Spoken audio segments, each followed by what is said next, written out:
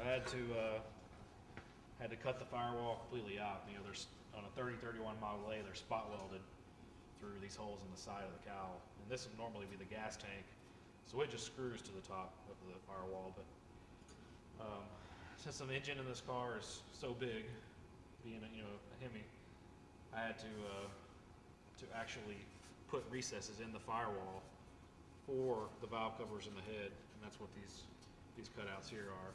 And this is the back, so you can kind of see where I had to Frankenstein it back together. But from the front, you really only see just this little rolled lip around the valve cover in the head. But that's not all I did to the firewall. I actually also sectioned it. I took out 3/4 of an inch front to back.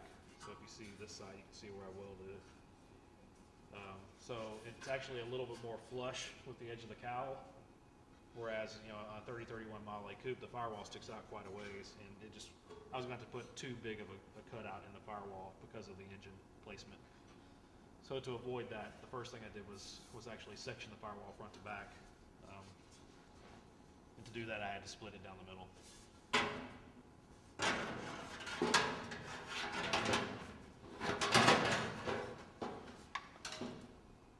Spot here.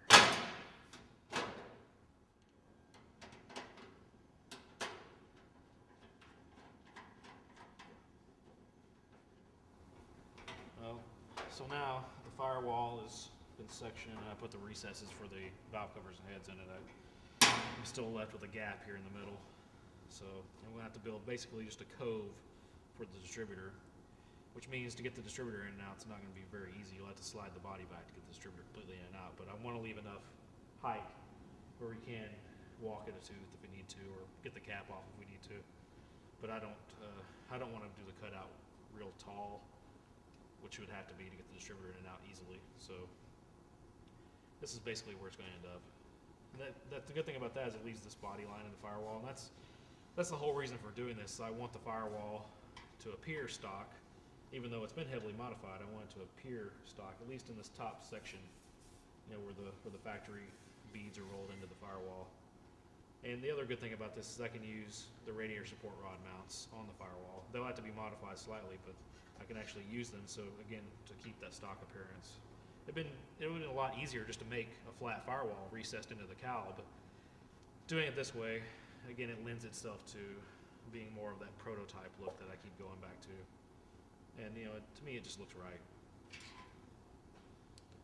I'm going to end up spot welding the firewall in back through these holes, the factory holes I drilled out where the spot welds were, and I'll also have to move back this lower foot down here on the cowl, which I haven't done any of that yet. I'm going to make a new foot for the cowl so I have a body mount there as well.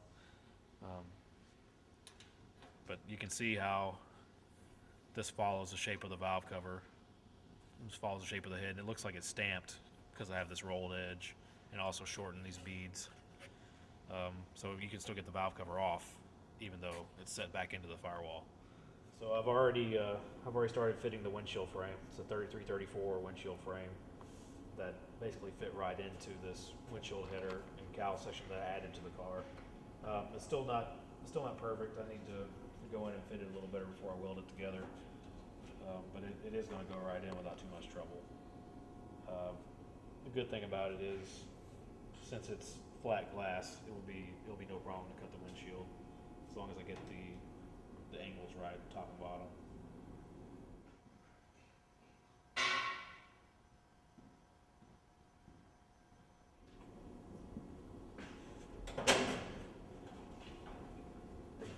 As far as mock-up goes, this is about right. My head's below the roof line, and I can actually see right through the windshield, through the side windows, so visibility is a lot better than I ever would have expected, being chopped this much. But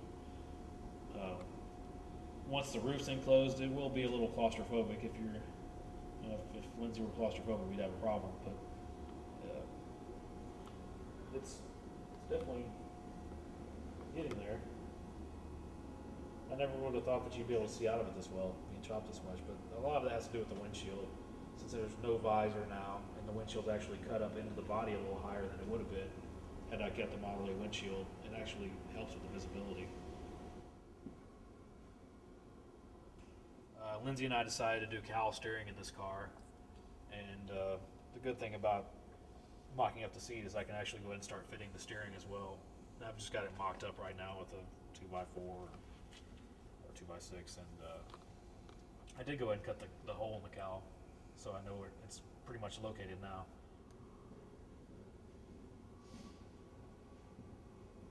I had the steering box made by Gordon Schroeder. Schroeder Steering made the steering box for me, and it's basically a sprint car steering box. It's got a pretty quick ratio. It's 6-to-1, but we're gonna try it and see if it's okay. If not, Schroeder sells a reducer to make it 12-to-1. I think it is. So that may be the way to go. But I've just got it mocked up now where I can see that if everything fits okay. And as far as my feet go, looks like there's plenty of room there. And the good thing about the Schroeder steering is you can have it made to whatever specs you need. In this case, I gave him the width of the box, the length of the steering column itself, and I had him make it with a taper and key arrangement so I could use this 37 to 39 Ford standard steering wheel, which is what Lindsay and I decided to use. And it's a pretty good sized steering wheel, but there's actually enough room to move. But the shifter's in the way right now. I'll have to relocate the shifter handle or make a new one. But this is the reason why you mock everything up, so you know, okay, the shifter handle's in the way. We're going to do something about that. But the positives are the seating, I can see pretty well. Steering wheel's right in my hands. It's not bad at all. One of my dilemmas here with putting this 34 windshield header on has been that I've got this dog leg in here now that I have to eliminate.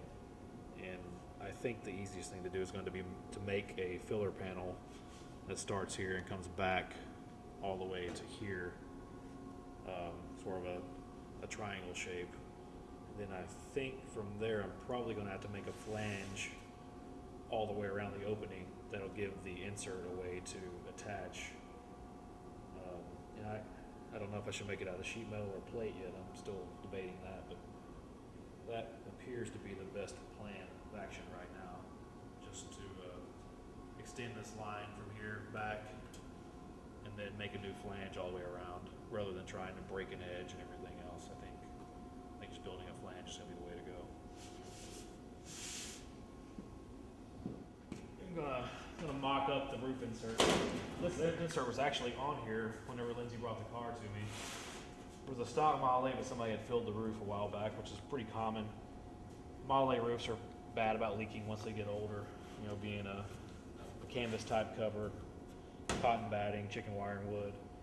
So somebody had filled it with a steel insert. And I think I'm going to be able to reuse it because the shape is actually not bad. The crown is about right, front to back and side to side. I don't know what this came from, but it's from another car. Probably, if I had to guess, probably a late 50s car. So once you put a little pressure on it, you can see it actually does fit the shape of the roof pretty well. And I have enough extra material where I can cut it down to the right size and shape. So my ultimate goal is to have a small insert, something similar to a 32, 3 or 4 Ford. I don't want to have a roof covering per se, or a canvas insert that would be original to one of those cars.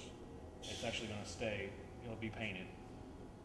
So it'll stay steel and be bodyworked and painted. And I actually want to have Zeus fasteners attaching it to the roof. So the good thing is I've got a place to start here. It's going to take a little bit of work, but I think overall this may work out fine.